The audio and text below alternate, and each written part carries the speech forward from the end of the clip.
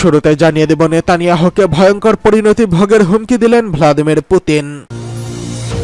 জানিয়ে দেব, ক্ষেপণাস্ত্রের বিশাল মজুদ গড়ে তুলেছে লেবাননের যোদ্ধারা, এবার ভেঙে পড়বে ইসরায়েলি সেনাশক্তি।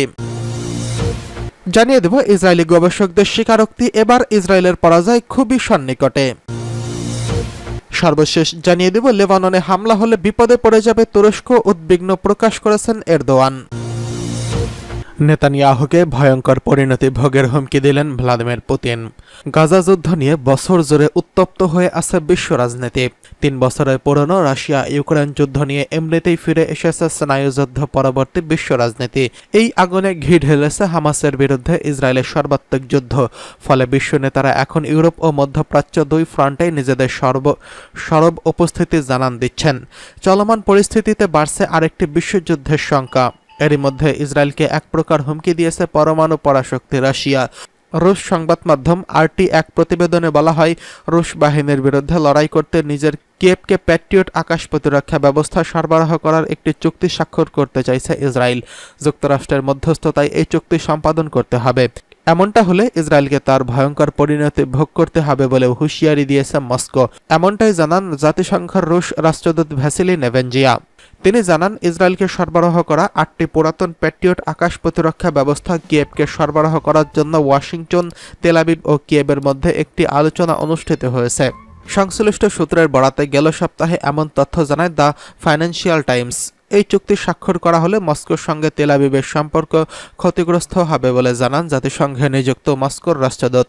চলতি বছরের এপ্রিলে ইসরায়েল ঘোষণা দিয়েছিল তাদের M901 PAC-2 ব্যাটারি অবসরে পাঠাবে। এগুলো 3 দশকের পুরনো হওয়ায় এমন সিদ্ধান্ত নিয়েছিল দেশটি।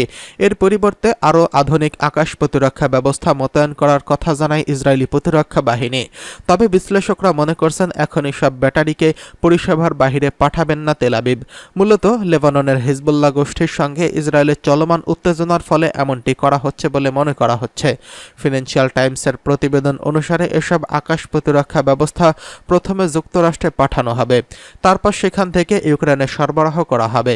এর আগে ইসরায়েলের কাছে আয়রন ডোম আকাশ প্রতিরক্ষা ব্যবস্থা চেয়েছিলেন প্রেসিডেন্ট ভলোদিমির জেলেনস্কি। তবে ইউক্রেন প্রেসিডেন্টের এমন আবদার সরাসরি নাকচ করে দেয় তেল আবিব। এদিকে ক্ষেপণাস্ত্রের বিশাল মজুদ গড়ে তুলেছেন লেবাননের যোদ্ধারা।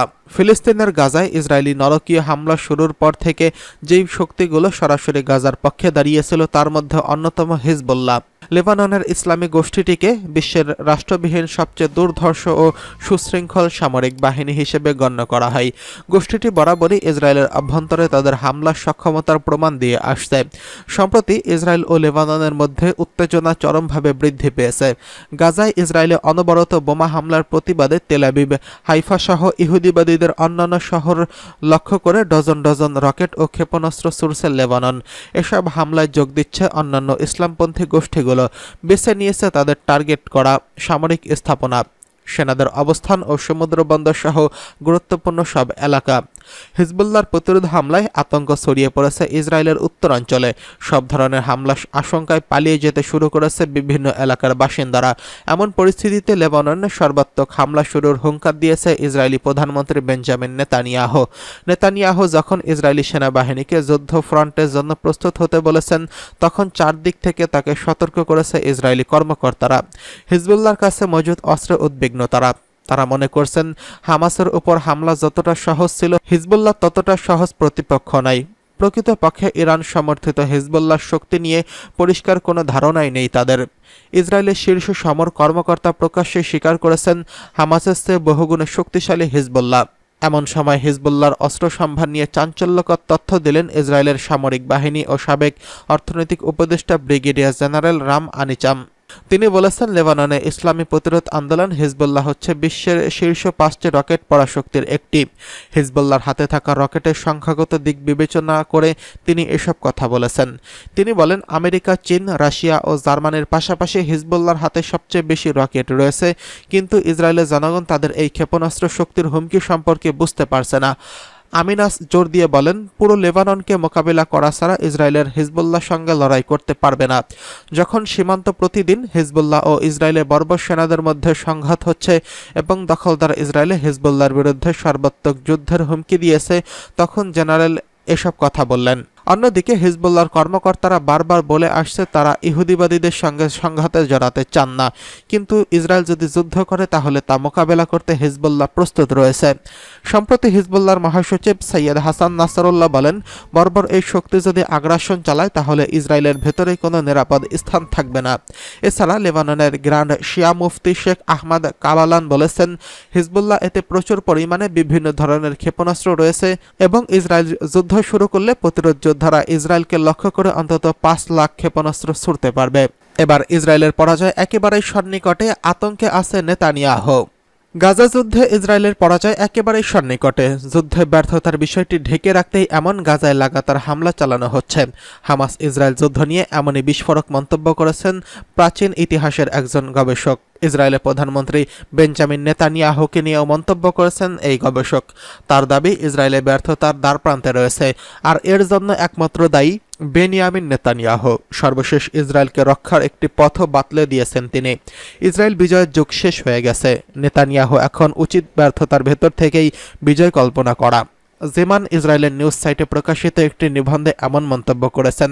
পোল্যান্ডের ওয়ারশা বিশ্ববিদ্যালয়ের গবেষক হ্যাগি ওলানেতস্কি এসব কথা বলেন। তিনি বিশ্ববিদ্যালয়টির প্রাচীন ইতিহাস বিভাগের একজন শিক্ষক। তিনি লিখেছেন, 7ই অক্টোবরে শুরু হওয়া যুদ্ধে ইসরায়েলের লক্ষ্য কখনোই অর্জন করতে পারবে না, কারণ ইসরায়েল তার শত্রুকে ঠেকিয়ে রাখা সব শক্তিগুলো প্রায় ব্যয় করেই ফেলেছে।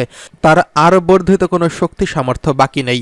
অতীতে ইসরায়েলের এসব বিজয় অর্জন করত, সেসবের এখন কোনো অস্তিত্ব নেই। তিনি লিখেছেন, 7ই অক্টোবরের ঘটনার পর ইসরায়েলি হামলায় ফিলিস্তিনি নিহত হয়েছেন। তা দক্ষিণ আফ্রিকার 30 বছরের বর্ণবাদী শাসনের নিহত কৃষ্ণকায় নাগরিকদের চেয়েও সংখ্যায় অনেক বেশি। তিনি আশঙ্কা প্রকাশ করে আরও লেখেন, অবৈধ ইহুদি বসতি স্থাপনকারীরা পশ্চিম তীরের ফিলিস্তিনিদের উপর যেভাবে হত্যাযোগ্য, ধ্বংসযোগ্য এবং তাদের সম্পদের উপর অগ্নিসংযোগ করছে, তাতে নতুন একটি যুদ্ধের আগুনকেই উস্কে দেওয়া হচ্ছে। গাজায় চলমান যুদ্ধের জন্য ইসরায়েলের বর্তমান প্রধানমন্ত্রী বেঞ্জামিন নেতানিয়াহুকে দায়ী করে ওয়ারশ বিশ্ববিদ্যালয়ের এই গবেষক লিখেছেন, নেতানিয়াহুর বিচার বিভাগ সহ ইসরায়েলি সরকারি প্রতিষ্ঠানগুলো দুর্বল করে চেষ্টা চালাচ্ছেন যেন গাজা যুদ্ধে ব্যর্থতার জন্য তাকে কারাগারে যেতে না হয়। এদিকে লেবাননে হামলা হলে বিপদে পড়বে তুরস্ক, উদ্বিগ্ন এরদোয়ান। তুরস্কের প্রেসিডেন্ট রেসেপ তাইয়েপ এরদোয়ান বলেছেন, লেবানন নিয়ে ইসরায়েলের ক্রমবর্ধমান বাগাড়ম্বর এই হামলার প্রস্তুতি অঞ্চলের ভবিষ্যৎ নিয়ে তুরস্ককে গুরুতরভাবে উদ্বিগ্ন করেছে। আঙ্কারার মন্ত্রিসভার বৈঠকের পর এরদোয়ান এই উদ্বেগের কথা জানান। তিনি বলেন, যতক্ষণ না পর্যন্ত প্রধানমন্ত্রী বেঞ্জামিন নেতানিয়াহুর প্রশাসনের অধীনে ইসরায়েলি আগ্রাসন বন্ধ না হবে, ততক্ষণ তুরস্ক সহ আমাদের অঞ্চলে কোনো রাষ্ট্রই নিরাপদ বোধ করতে পারবে না।